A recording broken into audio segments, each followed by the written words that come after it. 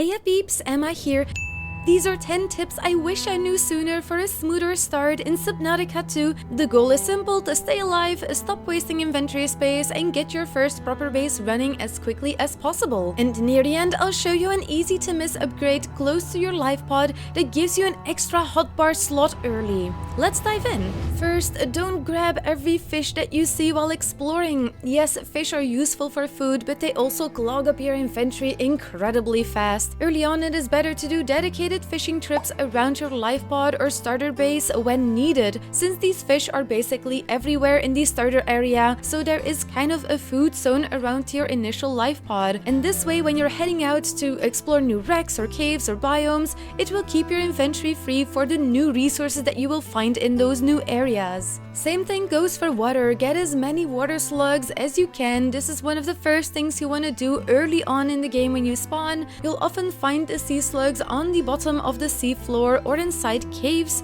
At night, it is even easier to spot these in the grassy areas because they stand out even more. Go on dedicated water runs so you can fill your inventory with water slugs and fish and bring them back to craft water, so you won't clog up your inventory with special resources when out exploring. Next up, the air bladder is one of the most underrated early tools in the game. You can even make a couple of them since they are super useful and they give you emergency air when needed. You can also use them to get back to the surface really quickly when you need air or when you are in danger from certain creatures. It immediately makes you jump up above the sea so you can grab air quickly, and it even helps get back down underwater if needed so you can easily dive back into the water. Another way to get extra air is to keep an eye out for these blue plants. They release air and they can often be placed near POIs that you want to check out and explore. That means that they're not just useful for oxygen, but they're also subtle signs early on to show you that there's something worth checking out nearby. So when you see them, don't just swim past. Use these little underwater checkpoints to refill your air and also to look around. This tip is probably the biggest beginner's mistake: picking up everything all the time. Early on, titanium and quartz are very useful, especially once you unlock the building tool. But if you're exploring a new location, don't fill your entire inventory with these basic resources. You can easily go on dedicated titanium trips nearby your pod, and when you're out exploring, it is most important that you grab new resources, scan new objects, get rare materials, and don't let titanium fill up your inventory too much. There are other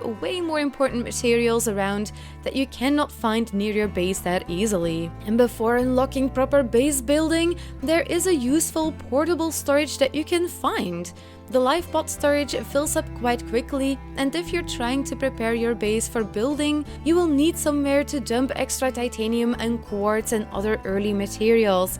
It doesn't need to be pretty, it just needs to be efficient and stop your inventory from clogging up. Once you unlock building, build your first base close to the starting pod. It doesn't need to be a giant mega base, but you will need something practical close by this life pod because it gives you a free fabricator, it also gives you a respawn point, and it is also a safe central area with food and basic resources nearby. My best recommendation is to use this first base as a support to your life pod and not replace it immediately. It will mostly allow you to build a lot of extra storage. And this leans into the next tip, that is to mostly use this first starter base for storage, and you can do this by placing a whole bunch of wall lockers. I have mentioned titanium before. You can find it everywhere, and wall lockers only need titanium to be made. It is a super awesome early storage option that you can place everywhere along the walls of these tubes. And don't overthink the organization at the start, making a bunch of these lockers and labeling them roughly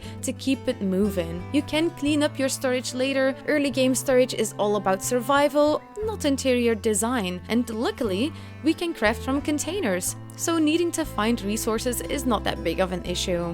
Next, make your way to this plant as soon as you can. Once you unlock it, you will be able to eat fishes, and it unlocks a whole bunch of new foods and recipes that you can eat without repercussions or damaging your health. It is one of the most important plants early on to touch and make sure that you can progress without the worry of dying from hunger. And lastly, the most important tip in my opinion is to always check check biobeds. For adaptations, these are easy to ignore if you're focused on resources and scanning things, but they give you extra useful upgrades like item slots. For example, in this one that I call the slime cave, you unlock an extra hotbar inventory slot. Incredibly useful. You can find it about 200 meters north of the life pod, around 85 meters deep near the cabbage plants. This is a massive early game upgrade because one more quick slot means less menu fiddling and faster reactions when something decides you look edible. Become 69% cooler by liking and subscribing to my channel. I'm trying to hit 15k subscribers. Let me know in the comments if you like Subnautica 2 content, so I know I should make more videos about Subnautica 2. And thank you so incredibly much for watching. You are absolutely amazing.